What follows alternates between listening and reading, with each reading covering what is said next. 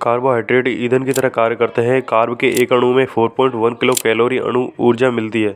Carbohydrate की अधिक मात्रा को शरीर में ग्लाइकोजन के रूप में लिवर में संग्रह किया जाता है। कार्बोहाइड्रेट मुख्यतः कार्बन, हाइड्रोजन, ऑक्सीजन के बने यौगिक होते हैं। इसके गन्ना, चावल, आलू स्रोत निम्न है। प्रमुख रूप से कार्बोहाइड्रेट को 3 भागों में बांटा गया है। पहला मोनोसैकेराइड, दूसरा ओलिगोसैकेराइड व तीसरा पॉलीसैकेराइड। मोनोसैकेराइड में केवल एक सैकेराइड अणु पाया जाता है, इसलिए इसे सरल शर्करा भी कहा जाता है। वह इसमें 3 से 10 कार्बन परमाणु पाए जाते हैं। मोनोसैकेराइड के अंतर्गत ट्रायोजेज, टेट्रोसेज, पेंटोसेज, हेक्सोज, ग्लूकोज, फ्रक्टोज, ग्लक्टोज आदि अणु पाए जाते हैं। दूसरा है ओलिगोसैकेराइड। ओलिगोसैकेराइड 2 से 10 मोनोसैकेराइड इकाइयों से मिलकर बना होता है तथा 2 मोनोसैकेराइड इकाइयां आपस में ग्लाइकोसाइड बंधों द्वारा जुड़ी होती हैं।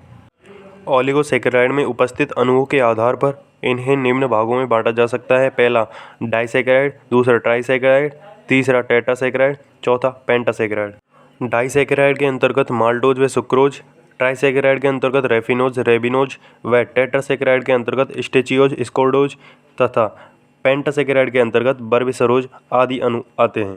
तीसरा है पॉलीसैकेराइड। पॉलीसैकेराइड 10 से 1000 मोनोसैकेराइड इकाइयों से मिलकर बनी होती है।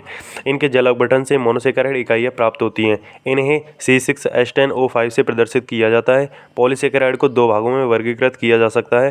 पहला होमोपॉलीसैकेराइड, हाइड्रोपॉलीसैकेराइड। होमोपॉलीसैकेराइड के अंतर्गत स्टार्च, कैथरोज, सेलुलोज, डेसिट्रल आदि आते हैं तथा हाइड्रोपॉलीसैकेराइड के अंतर्गत हेपेरिन, अगार अगार, डाइएलेटोनिक एसिड पाए जाते हैं। कार्बोहाइड्रेट के कार्य।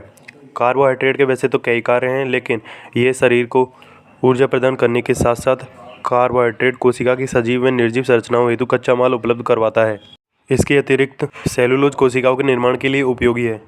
कार्बोहाइड्रेट विभिन्न खाद्य पदार्थों से विभिन्न मात्रा में प्राप्त होते हैं, जैसे कि एक चपाती से 15 ग्राम कार्बोहाइड्रेट, 100 ग्राम राइस से 28 ग्राम कार्बोहाइड्रेट, 100 ग्राम ब्रेड से 49 ग्राम कार्बोहाइड्रेट तथा 100 ग्राम बन से 52 ग्राम कार्बोहाइड्रेट प्राप्त होता है। कार्बोहाइड्रेट पाचन के बाद ग्लूकोज में परिवर्तित हो जाता है। यदि आपको इस वीडियो से कुछ नॉलेज मिली हो तो चैनल को लाइक एंड सब्सक्राइब जरूर करिए।